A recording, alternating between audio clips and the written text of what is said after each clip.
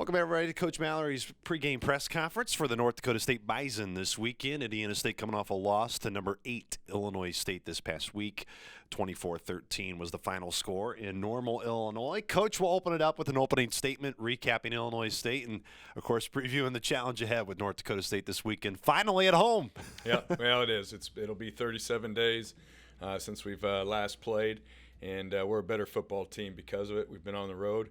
We'll play anyone, anywhere, and our players have accepted that challenge and done a great job. And we've grown as a team, even though we still haven't gotten that W. But it's right around the corner, and we've came up short last week. Team battled.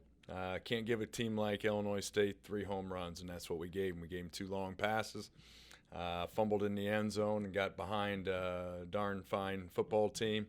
And it's hard to get behind a good team like that and catch up. Coach Mallory, after the game, when we caught up, when I asked you about what was kind of the struggles offensively, and a big part of that, we said tip your cap to what Illinois State was able to do. When Coach Heck and you and the staff were able to go back and watch the game, was there anything more that you were able to find out watching film of maybe why just the offense wasn't clicking to the point to where you wanted it to be? Well, I think, number one, give them credit. But number two, we left some plays out there. We're better than what we performed on Saturday night. We had some open receivers we got to hit. We had some blocks we got to make, and we got some runs we got to break. And we've got to come together as an offense, come together as a defense, come together as a special teams, and perform better. It wasn't just one instance people talk about the pass game, but you got to protect. You got to throw the ball and you got to catch, and it takes all elements of the game. What's it been? I tweeted this out this week about second half adjustments, and more from a defensive perspective. I think the last 12 defensive drives in the second half have all ended in a turnover or a punt. The last two defensive possessions for you guys that were scores were the Liberty, the first 2 possessions in the second half against Liberty. Since then, you've been able to put up a goose egg. What is it about? I mean, you go back to Tennessee, able to force a fumble, get a score. When you guys are able to regroup at halftime, what have you been able to share with Coach Wilson, and maybe just what has Coach Wilson and Coach Smith and Coach Olson, Coach Broomfield, and that defensive staff have been able to do? Because it's been apparent that there has been a difference from first half to second half. Well, I think it's a tribute not only to the defense, the defensive coaches, but they keep battling, they keep playing hard, keep getting to the ball. Good things happen when you get to the football, and that's how they've played. It shows up week in and week out. Offensively, we're doing the same thing. As a team. We're more encouraged and discouraged on the effort that we're getting. These young men are battle-tested. They come out every week. I know it's not the effort. We got to execute. And we're going to continue to do that, obviously. We're coaching these young men, and they're taking coaching. We're going to improve. You mentioned the effort. I mean, holding a team like Illinois State, we spoke so highly of their defense. I mean, give credit to their offense, too, and what Jake Colby and James Robinson and that crew's been able to do. You hold them to 74 yards in that second half. When you rewatch the film, knowing you held them to a goose egg, 74 yards, what has you so optimistic about that defense? And you mentioned flying around and just playing hard, but what else stood out? Because you were missing some key defensive pieces in that game, too. Sure.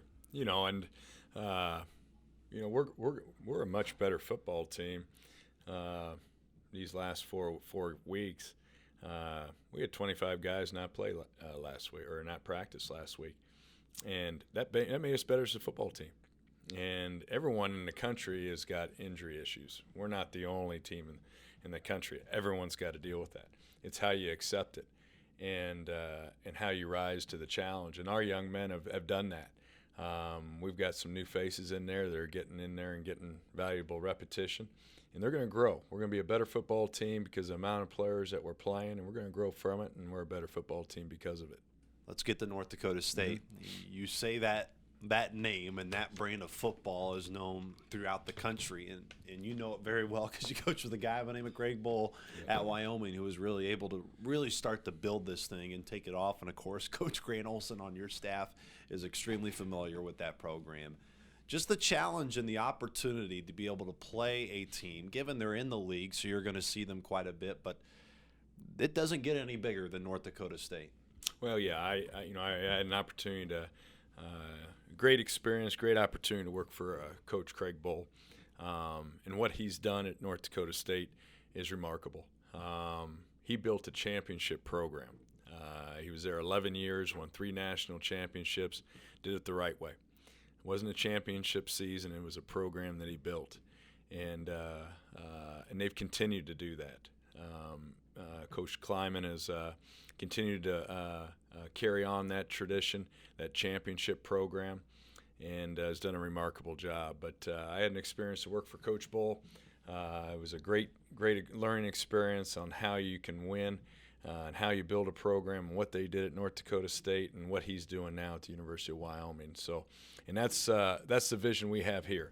Our vision is crystal clear in what we want to do. We want to build a championship program, and we're going to do that. And that's the model we're following, and I got a tremendous amount of respect for the program that's being built up there. When you look at this version of the North Dakota State Bison, even though they're number 2 in the country right now, a lot of statistics point to them to being the best team in the country. I know talking to your staff last week when previewing Illinois State, they said the reason they're so good is because they have players. I'm sure that's even more the case with North Dakota State this week. What about this Bison team? Is a reason why they're up there in the top of the ranks, Coach, and why many people think they're definitely going to be in that playoff at the end of the year and be one of those teams battling towards the end and could be the last team standing at the end of the day. Well, it goes down to you just turn on the film and watch them play. They love to play. They got their players love to play football. It shows on film. There's no hesitation in the way they play. They play violent. They play aggressive. They run the football. They tackle. When they tackle, they get you down right away. This will be the best football team we've played this year. There's no doubt. When you think of a program in the SEC, you think of Alabama. When you think of a program in the ACC, you think of Clemson. You think of a team in the Big 12, you think of Oklahoma. And this is an elite program. This is a program. If you want to be elite, this is who you beat. You want to be elite, you beat Alabama. You want to be elite, you beat Clemson. You want to be elite, you beat North Dakota State. And we got a tremendous challenge this week. Our players will be ready. We'll have a good week of practice, and we'll be ready to go on Saturday. I know this kind of may be a cliche-ish question, but knowing you played such a suffocating defense against Illinois State last week, even though there's probably not much you can to prepare for such a solidified defense in North Dakota State, but what does it do from an offensive side for you guys knowing you did play just one darn good defense, and there's probably only one better defense than Illinois State, and that's North Dakota State you'll see this weekend? Yeah, I mean, they're I've followed, we ran the same defense at Wyoming, and we've watched a lot of film of North Dakota State when I was at Wyoming. And a lot of the players we were watching the last couple of years, the same ones playing. I've heard more about Nick DeLuca in the last 3 years, whether I was at Wyoming and now at Indiana State, because obviously he was taking over for Grant Olson. And what a fine player he is. And he leads the troops there. And you watch them up front, they're tough, hard-nosed, aggressive. Their linebackers fly around. Their safeties are get you down, knock you back. They're impressive to watch. I know there's a lot of folks back in Fargo that probably want me to ask a question like this, and it's towards Grant Olson. Mm-hmm. And they love him in Fargo because of what he was able to do as a player, and the folks I've been communicating with, I told them we love him here in Terre Haute because of what he's brought to this team. What has Coach Olson brought to your staff, and a big reason because you had experience with Coach Bull and how Grant has impacted this team and why moving forward the defense has a lot of success specifically in that linebacker core because of what you have in Coach Olson? Well, he's got tremendously high character. When I met Grant for the first time in Wyoming, you only get you get an opportunity to be around so many great young men while being coaches, and obviously Grant has made an incredible impression on the people in Fargo. as he has here in Terre Haute, and there's for the right reason. How he lives his life on and off the field, and when I first met Grant, he was a young man. Without a doubt, if I ever became a head coach, he would be a guy I'd want along my side.